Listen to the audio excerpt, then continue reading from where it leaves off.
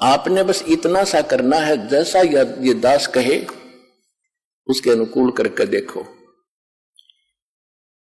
जो गुरु आदेश हो गुरु जी का उसका पालन करके देखो।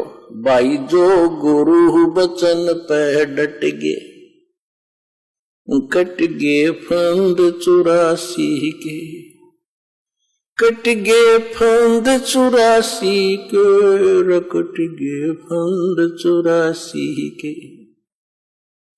भाई जो गुरु बचन पे डट गे रे, कट गे फंद 84 के, कट गे फंद 84 के, रे कट गे फंद 84 के।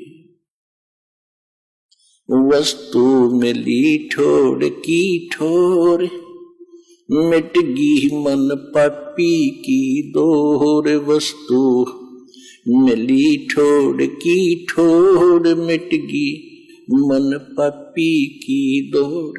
भरम मिटे मथुरा काशी के, भरम मिटे मथुरा काशी के। भाई जो गुरु बचन पे डट गे रे, कट गे फंद 84 के, कट गे फंद 84 के, रे कट गे फंद 84 के।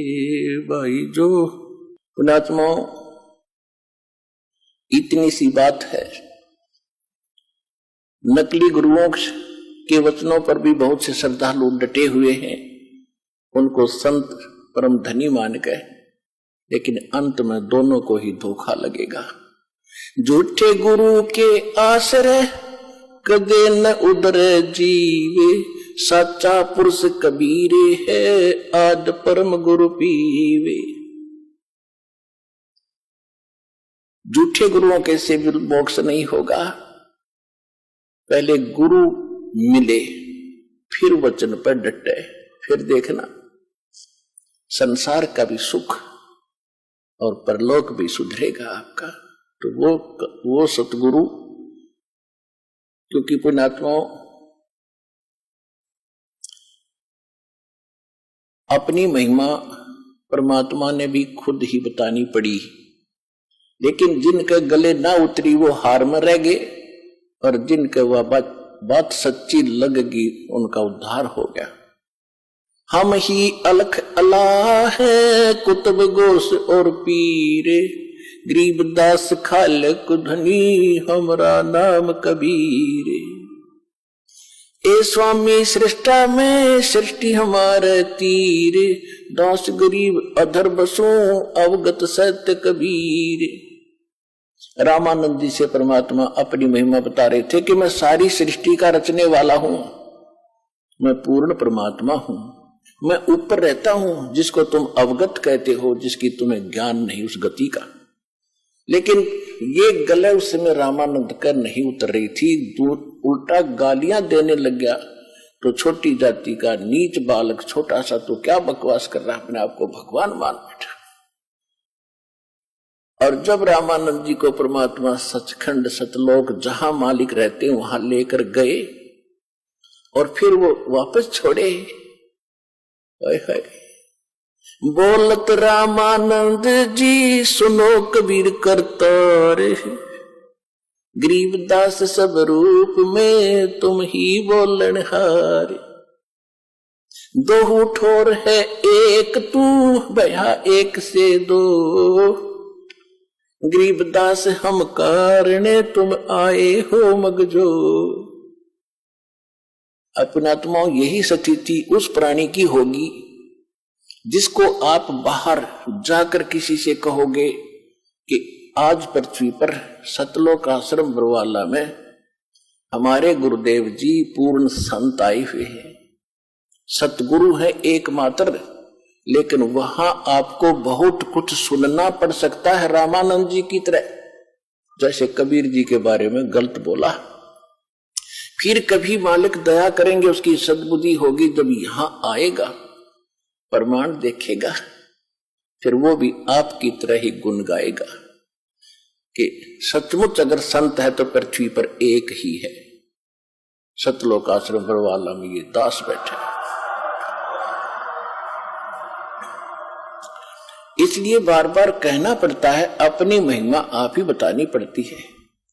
दास तो एक नौकर है उस परम पिता का, आप हो उसके बच्चे और आपकी सेवा दास को दे रखी है।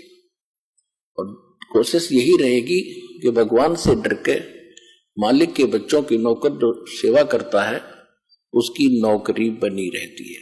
तो दास का ये प्रयत्न आखिरी सांस तक रहेगा।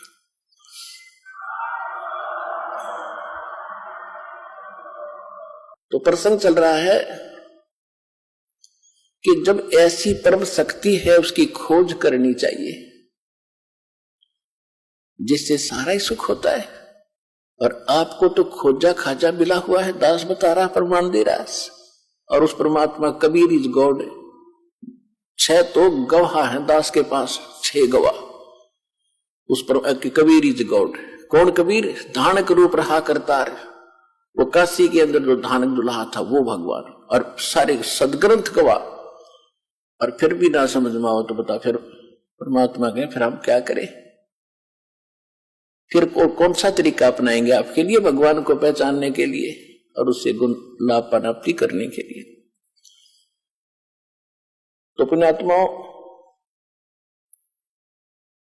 कहते हैं, जो जन मेरी शरण है ताका हूं मैं दासी, गेल गेल लाग्या फिरूं जब तक धरती आकाश।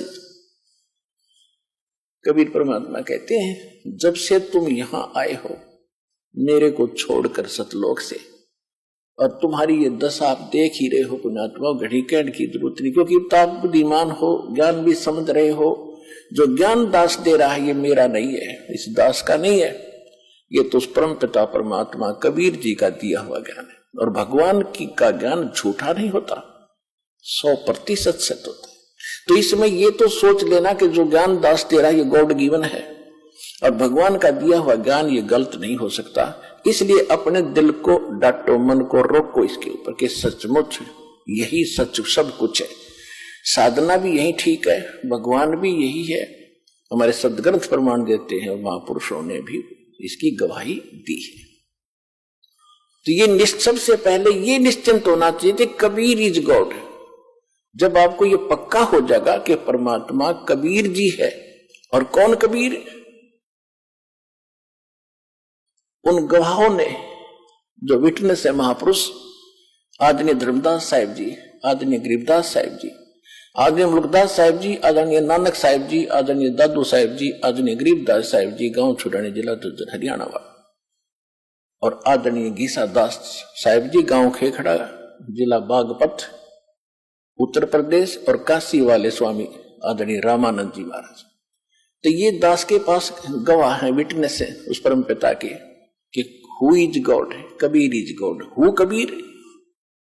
हम सुल्तानी नानक तारे दादू को उपदेश दिया, जात जुलाहा भेद न पाया वो काशी वह कबीर हुआ।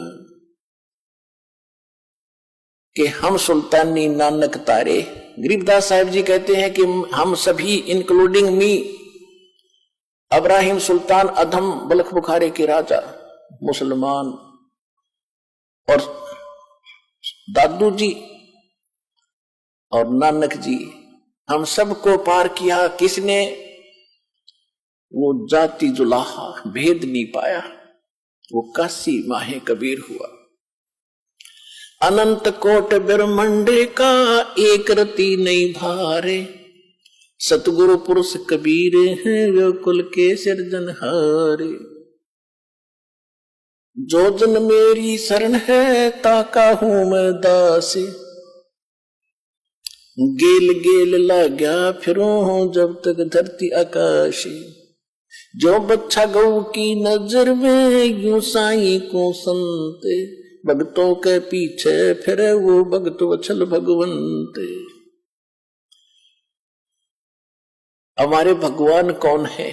आज तक हमने वो परमात्मा भगत वत्सल भगवान ही नहीं मिला था। हम भगत वत्सल मान रहे थे श्री कृष्ण जी को, श्री विष्णु जी को, श्री रामचंद्र जी को। ये इनके पुजारियों के भगत वत्सल थे, लेकिन इनकी शक्ति कितनी थी, ये कितना लाभ अपने भगत को दे सके थे, ये आपको पता है।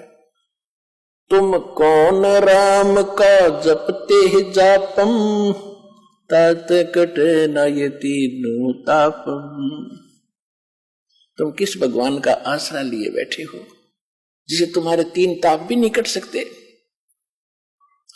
3 ताप के अंदर किसी देव, किसी ऋषि, संत का श्राप दे देना, ये 3 ताप में आता है। किसी ने कोई प्रेत बाधा कर देना, किसी के ऊपर कोई जंतर मंत्र करके प्रेत बाधा कर देना, ये 3 ताप के अंदर आते हैं। और भी अन्य बहुत सी ऐसी 3 ताप के अंदर हैं, जैसे आध्यात्मिक, दैविक, आध्यात्मिक, इस प्रकार के ये 3 प्रकार के ताप हैं।